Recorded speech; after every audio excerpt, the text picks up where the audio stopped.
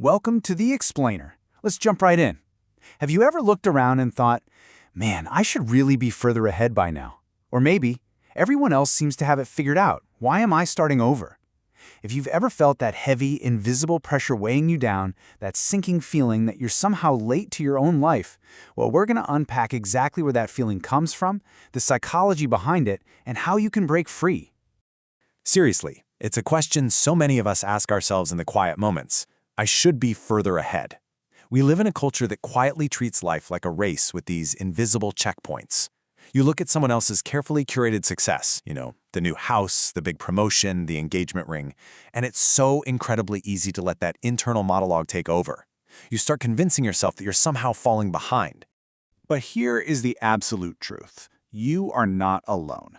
So many people carry this invisible pressure of where they think they should be. The money they should have saved, the relationship they should be in. Feeling late is a universally shared experience. It's not a personal flaw, it doesn't mean you lack ambition, and it is certainly not a failure.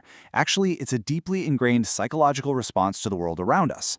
So let's look at part 1, the invisible clock, and the pressure of a borrowed timeline. This overwhelming pressure you're feeling, it's not just in your head.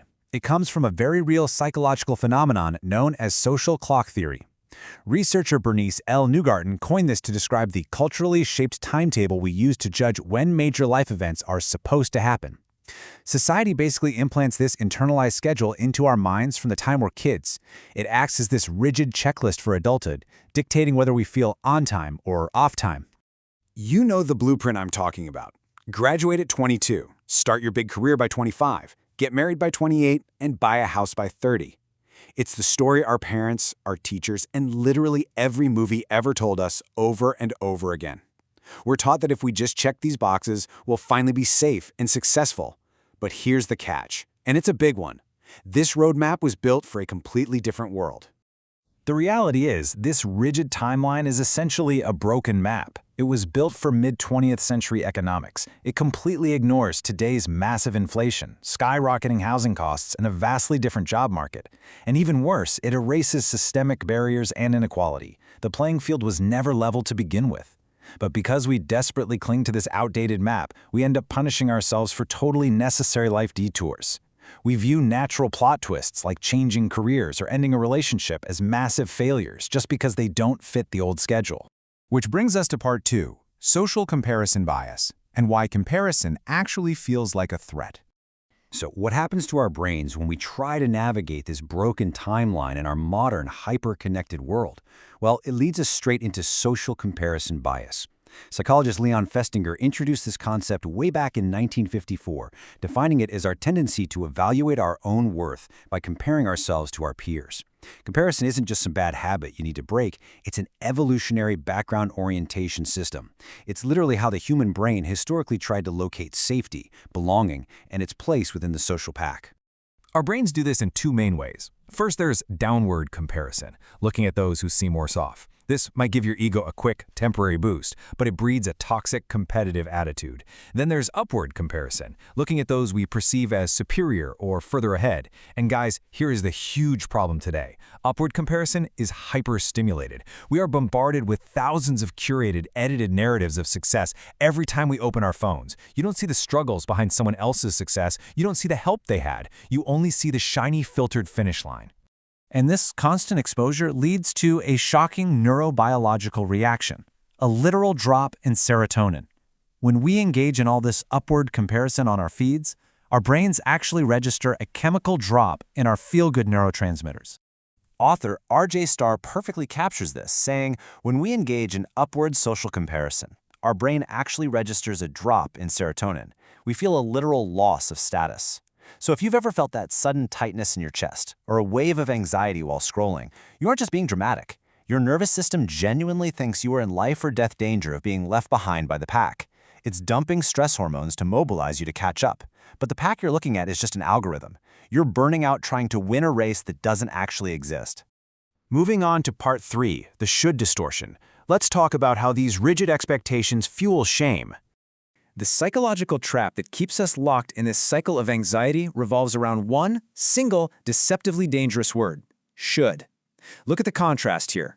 A toxic should statement sounds like, I shouldn't feel sad, or I should have a house by now. In cognitive behavioral therapy, these are known as cognitive distortions. They're a form of rigid, wishful thinking that aggressively rejects your actual reality. On the flip side, an acceptance statement sounds like, I feel sad right now. Emotionally intelligent acceptance acknowledges reality exactly as it is, and honestly, that's what creates the actual space for genuine healing and growth. Because when we constantly miss our imaginary shoulds, we trigger some incredibly difficult emotions. Brené Brown defines the difference so well. Shame is, I am bad. Guilt is, I did something bad. When we fail to meet society's borrowed timeline, we might initially feel guilt about our behaviors. But over time, that guilt slowly and painfully morphs into deep, toxic shame about our identities. We start to believe that we ourselves are the problem. The bottom line here is that these should statements do massive psychological damage. They engage this black and white thinking, basically convincing us we're either perfectly on track or we're a total failure. There's no in between. They trigger harsh, relentless self-criticism, creating a complete illusion of failure based on a timeline that was never ours to begin with.